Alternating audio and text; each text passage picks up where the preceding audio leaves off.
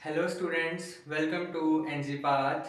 सो आज हम अपने इस लेक्चर सीरीज 8051 में नेक्स्ट एपिसोड करने जा रहे हैं, जिसमें हम कुछ और कंसेप्ट पढ़ेंगे 8051 के।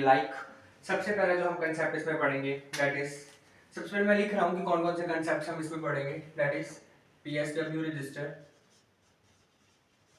अभी क्या होता है, इसकी फुल फॉर्म क्या है, क्या काम करता है, वो देखेंगे क्या है ये चीजें। ठीक है। रजिस्टर बैंक्स,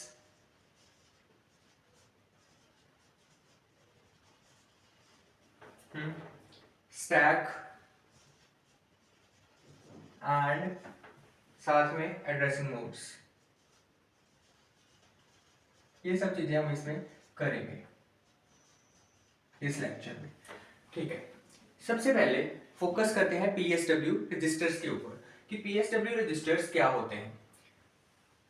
पीएसडब्ल्यू की अगर फुल फॉर्म देखें तो वो क्या रहती है?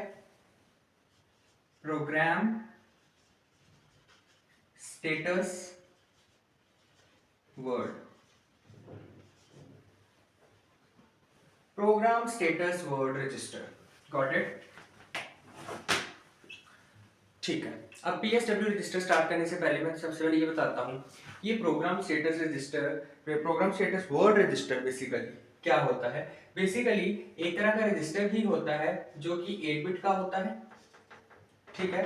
8 बिट का रजिस्टर होता है जो कि कोई भी ऑपरेशन अगर परफॉर्म हुआ है तो उसके रिजल्ट को शो करेगा कि वो किस तरह से उसका रिजल्ट हमारे पास आया है। ठीक है। अब इसमें कुछ फ्लैग्स होते हैं।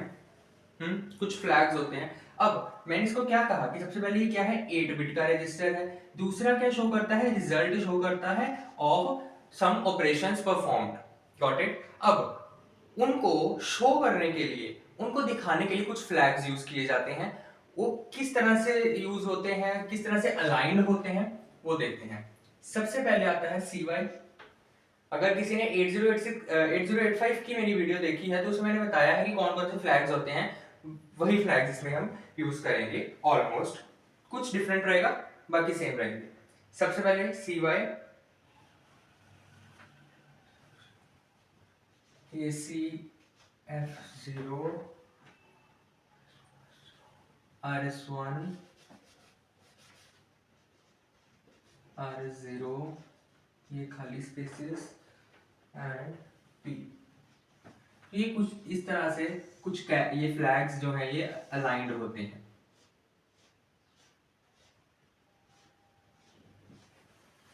Got it? CY stands for carry flag. ठीक है। AC stands for auxiliary carry। एक मिनट। हाँ, 8 spaces, 8 bits present at first bit, third, fourth, fifth, sixth, seventh, second third number वाली बिट खाली रहती है।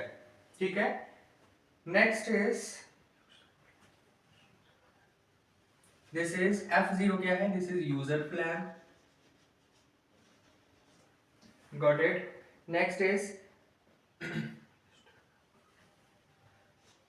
ये दोनों क्या है? रजिस्टर बैंक सिलेक्ट बिट्स, और यहाँ हाँ जी, सिलेक्ट बिट्स। ठीक है। ये दोनों खाली रहती हैं। ये वाली क्या है? पैरिटी। मैं कैरी समझाई है पहले, ऑक्सिलरी कैरी का भी मैंने समझाया हुआ 8085 में, पैरिटी का भी समझाया है। नया क्या है? User flag and register bank. देखेंगे आगे जाके क्या होता है, अभी घबराने की जरूरत नहीं है। ठीक है।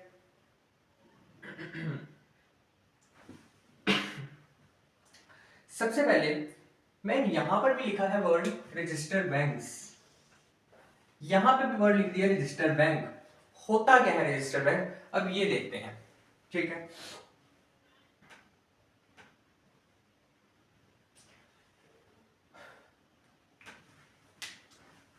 वर्ड वर्ड को तोड़ तोड़ के समझते हैं। रजिस्टर बैंक्स एक तरह का बैंक होगा रजिस्टर्स का। बस यही है रजिस्टर बैंक्स। ठीक है। अब 8051 में आपको ये याद रखना है कि 8051 में टोटल 4 रजिस्टर बैंक्स जो है वो यूज होते हैं, या होते ही 4 रजिस्टर बैंक्स हैं। Got it? 4 रजिस्टर बैंक्स जो है इसमें होते हैं, ठीक है, that is from 0 to 3, 0 to 3 तक, ठीक है। एक बैंक जो है, each bank has R0 to R7, ये एक बैंक का होता है, ईच बैंक, एक बैंक में इतने होते हैं रजिस्टर, ठीक है। अब इसकी एड्रेस की कुछ रेंजेस रहती हैं, वो किस तरह से देखती हैं, देखो समझो इस चीज को, समझना किस तरह से। मैंने कहा कि 4 रजिस्टर बैंक्स हैं, कि अब मैं एक एग्जांपल के तौर से बता रहा हूँ कि सपोज करो 4 आपके पास बैंक हैं, ए बी सी डी, जिसको इन्होंने क्या कहा कि 0 से 3 तक होते हैं, तो हम इसको लिख लेते हैं 0 1 2 3, 4 रजिस्टर बैंक्स हैं, चारों के अंदर R0 से R7 तक रहेगी, ठीक है, R0 से R7 तक रहेगी, गॉट इट, इसमें भी रहेगी। इस तरह से मैं समझाने की कोशिश कर रहा हूँ। ये 4 रजिस्टर बैंक्स हैं, चारों के अंदर इस तरह से R0 से लेके R7 तक, यानी कि 8 रजिस्टर जो हैं हर एक के अंदर रहते हैं, गॉट इट, इतनी बात क्लियर है। अब इन हर एक रजिस्टर की, चाहे वो R0 हो, चाहे वो R1 हो, R2 हो, R3 हो, हर एक रजिस्टर की अपनी एक रेंज होती है कि वो किस रेंज तक ऑपरेट कर सकता है। अब हम उस रेंजेस के बारे में डिस्कशन करेंगे। बेसिकली यूज कौन कौन से हो रहे हैं, RS0 एंड RS1, दो रजिस्टर बैंक यूज हो रहे हैं, तो इन दोनों की रेंजेस के बारे में देखेंगे किस तरह से ये डील करते हैं।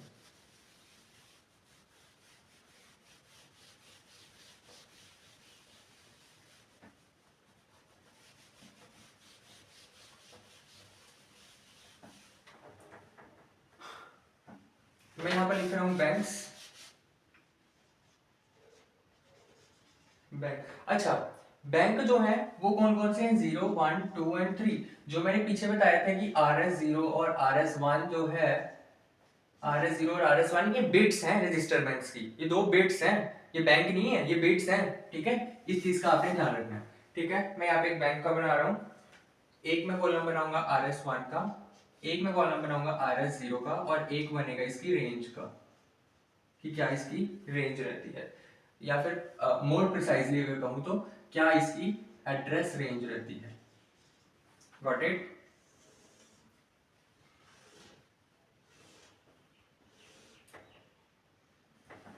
क्लियर है इतनी बात। नाउ इसकी रेंज जो है वो रहेगी 0 0।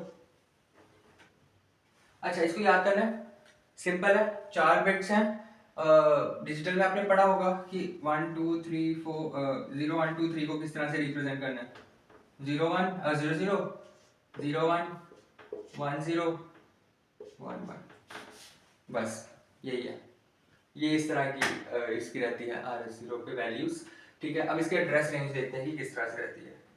इसकी एड्रेस रेंज रहेगी 00H से लेकर 07H तक, ठीक है। इसकी रहेगी 08H से लेकर 0FH तक, 8 का ना, तो इस तरह से बढ़ते जाएंगे आगे, तो करते जाओ। इसकी रहेगी 10H से लेकर 17H तक, ठीक है, एंड इसकी 18H से लेकर 1FH तक। तो ये कुछ रेंजेस का टेबल है जो रजिस्टर्ड बैंक्स के अंदर चलता है, ठीक है। समरी बताऊं छोटी सी एक, कुछ नहीं है, रजिस्टर्ड बैंक्स की बात कर रहे थे, रजिस्टर्ड बैंक्स जो है वो 4 होते हैं, 4 रजिस्टर्ड बैंक्स के अंदर अपने अपने 8 के रजिस्टर के सेट्स होते हैं जो 0 से 7 तक जाते हैं।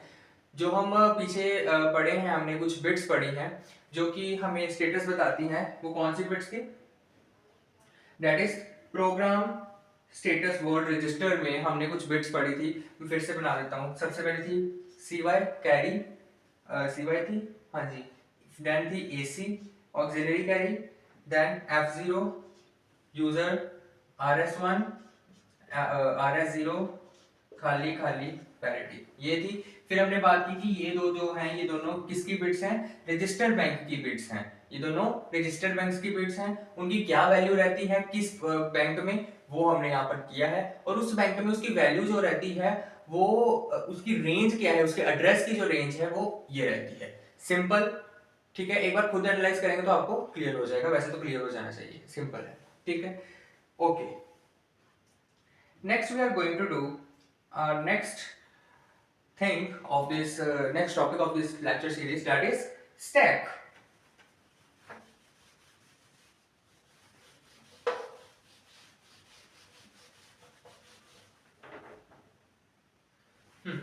So stack in 8051.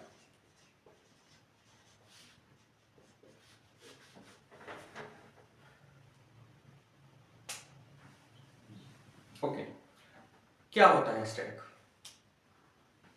आपने प्रोग्रामिंग लैंग्वेजेस में पढ़ा होगा कि स्टैक क्या होता है ना? जैसे जावा में पढ़ा होगा, जावा में नहीं, पाइथन में पढ़ा होगा स्टैक, यूडीएसए में पढ़ा होगा, सी में पढ़ा होगा, है ना? अब ये भी उस तरह से स्टैक क्या करता था, उसमें डाटा को स्टोर करता था, ठीक है। 8051 में भी स्टैक वही चीज है। ये क्या करेगा, डाटा को स्टोर करेगा बट टेम्पररी बेसिस पे, ठीक है। टेम्पररी बेसिस पे डाटा को स्टोर करेगा कब, जब भी कोई इंटरप्ट जो है वो काम कर रहा होगा। सेकंड, जब भी कोई सब रूटीन चल रही होगी, ठीक है। मैंने क्या कहा, लिख लो line, used for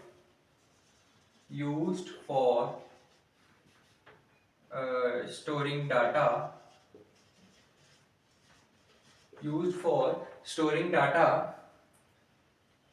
storage during, कब, during subroutine, या फिर कहूं तो इंटरप्ट्स।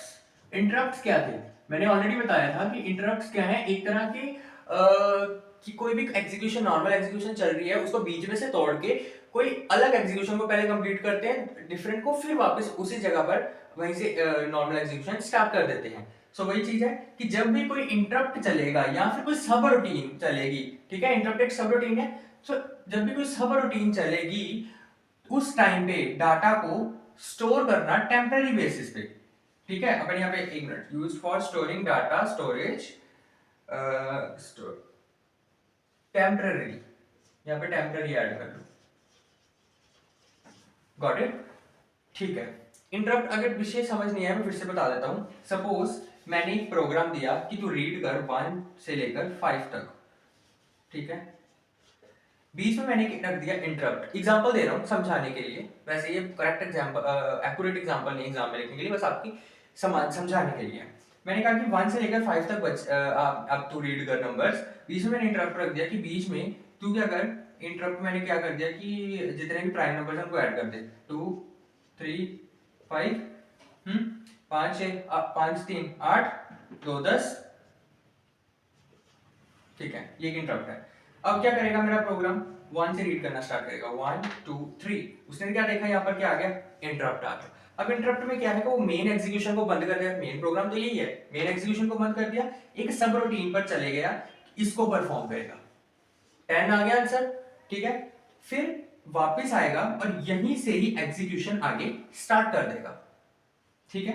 इतनी बात क्लियर है। अब बात समझो कि जब यहां तक वो आया था तो मैं इंटरप्ट की तरफ चले गया, तो एक पॉसिबिलिटी ये थी कि जो जहां तक जो इतना किया है उसने, वो डाटा तो डिलीट हो सकता है या फिर रिमूव हो सकता है किसी तरीके से, उस डाटा को टेम्पररी बेसिस पे स्टोर करवाने का जो काम है वो कौन करता है, स्टैक करता है। क्लियर हो गई इतनी बात? Okay, let's move further. Okay, हमारा नेक्स्ट पॉइंट क्या कहता है कि इंटरनल रैम में, इसकी रैम क्या है, इंटरनल रहती है, उसमें ये किस तरह से मूव करता है, अपवर्ड मूव करता है। तो एक पॉइंट ये भी लिख लो, ग्रोस अपवर्ड इन रैम, ठीक है। नेक्स्ट पॉइंट, इसको कंट्रोल कौन करता है, इसको कंट्रोल करता है stack pointer, okay. Stack pointer जो रजिस्टर है उसको इसको कंट्रोल करता है। सो लिख लीजिए, कंट्रोल्ड बाय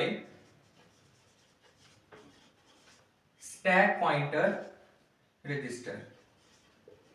बाय डिफॉल्ट जो एड्रेस आता है that is 07H, this is by default, ठीक है। एग्जांपल दें, एग्जांपल सपोज मैंने करवाना है मूव स्टैक पॉइंटर को, जो कि जिसकी जो वैल्यू है वो हम रख लेते हैं हैश 60H, ये है, मूव करवा देगा, पुश करवाएगा ACC and then pop.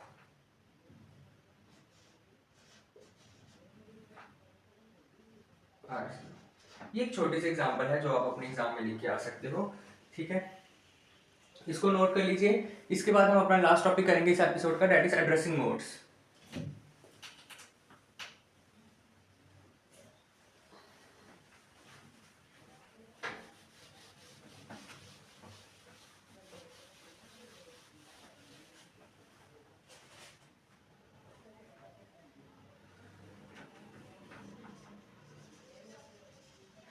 Dressing modes हम ऑलरेडी 8085 में पढ़ चुके हैं। अब एड्रेसिंग मोड्स क्या है कि इस तरह से सीपीयू जो है डाटा को फाइंड करेगा, सिंपल, ठीक है। सो अब मैं कुछ लिख रहा हूँ, जैसे कि जैसे हमने पिछले में किए थे वैसे इसी में रहते हैं, कुछ ज़्यादा डिफरेंट नहीं है, ठीक है। सबसे पहला यहाँ पर मैं लिखूंगा मोड, ठीक है, यहाँ पर इसकी एग्जांपल लिख दूंगा एक, ठीक है, और यहाँ पर उसका मतलब मैं आपको सीधा ही बता दूंगा, ठीक है। Mode is first is direct mode. Direct mode या फिर सिंपल से स्टार्ट करते हैं इमीडिएट से, ठीक है। इमीडिएट मोड, अच्छा, जिन्होंने तो 8085 पढ़ा है उनको पता होगा कि ये मोड्स क्या से हैं। इसमें क्या है, डाटा को डायरेक्टली हम दे देते हैं, जैसे कि एग्जांपल मूव एक्यूमुलेटर में क्या मूव करे, #55H। अब यहाँ वहां पर क्या था 8085 में हम हैश नहीं डालते थे, इसमें क्या है हमें हैश डालनी पड़ेगी, ठीक है, ये याद रखना। डाटा है, ये हमारा क्या है, डाटा है, ठीक है, ये हमारा ऑपकोड है, ये डाटा है, ये क्या है हमारा एक्यूमुलेटर है, पूरी क्या है एक इंस्ट्रक्शन है। क्लियर होगी बात। फर्स्ट इज इमीडिएट, जिसमें हमने सीधा डाटा दे दिया कि ये डाटा है, एक्यूमुलेटर में डाल दे, ठीक है। Second register. रजिस्टर का क्या मतलब है कि हम कोई रजिस्टर देंगे, like move A RO, A, मतलब इस रजिस्टर में से ए के अंदर डाटा डाल दे, रजिस्टर दिया, डाटा नहीं दिया, कि जो डाटा रजिस्टर के अंदर वो उस रजिस्टर के अंदर स्टोर है उसको एक्यूमुलेटर में डाल दे, रजिस्टर। Next is direct. अब डायरेक्ट क्या है, लाइक मूव A 30H। अब इसका क्या मतलब है, अब इसका 30H क्या है, ये एक मेमोरी एड्रेस है, और ये इसमें क्या था, ये डाटा था, ठीक है। अब आप कहोगे यहाँ पे 55H है, यहाँ पे 30H है, फर्क क्या है, हैश लग गया, ये डाटा है, ये क्या है मेमोरी एड्रेस की, इस मेमोरी एड्रेस पे जो डाटा है उसको एक्यूमुलेटर में मूव करवा दे, लोड करवा दे, ये हो गया direct. Next is register indirect. Register indirect means address हम देते हैं इनडायरेक्टली, ठीक है, एड्रेस देंगे बट इनडायरेक्टली देंगे, ठीक है। वो किस तरह से, मूव ए कॉमा, ध्यान से देखना, इसमें आरओ हमने डायरेक्टली दे दिया था, रजिस्टर वाले में इनडायरेक्टली क्या करेंगे, आरओ तो लिखेंगे बट साथ में @ लगा देंगे, simple, nothing hard and fast, ठीक है। इसको हम कहते हैं इनडायरेक्टली हमने दे दिया। Fifth is indexed. अब इंडेक्स्ड का क्या मतलब है, मैं यहाँ पे लाइन्स लगा देता हूँ सो दैट आपको डिफरेंशिएट हो जाए। इंडेक्स्ड, इंडेक्स्ड क्या है, लुकअप टेबल्स मैं बता चुका हूँ 8085 में क्या होते हैं, उसमें से ढूंढ के उनको यूज करना और वैल्यूज को ढूंढना, डाटा को ढूंढना, वो होता है इंडेक्स्ड के अंदर। दैट इज सपोज हमने कहा move C A comma @A plus DPTR, एक एग्जांपल है। अब ये किस तरह से आई है, क्या है, इसमें हम आगे समझेंगे नेक्स्ट आने वाले लेक्चर्स में। तो ये थे कुछ हमारे एड्रेसिंग मोड्स 8051 के। इससे पहले हम रजिस्टर बैंक्स पढ़े हैं, ठीक है, और उससे पहले भी हमने PSW रजिस्टर पढ़ा है, ठीक है। अगर किसी को कोई भी डाउट हो तो कमेंट सेक्शन में जरूर बता सकता है। और उसके बाद नेक्स्ट लेक्चर में हम इसकी करने जा रहे हैं timer and counter programming in 8051। वो लेक्चर भी बहुत इंपॉर्टेंट रहने वाला है and that is the last lecture of this series, ठीक है। ये सेकंड लास्ट लेक्चर था, इसके अगले लास्ट लेक्चर रहेगा। सो मैं छोटी छोटी वीडियोस इसीलिए बना रहा हूँ कि आपको पढ़ने में इजी हो। अच्छा लगे तो लाइक शेयर जरूर कीजिए। Thank you very much.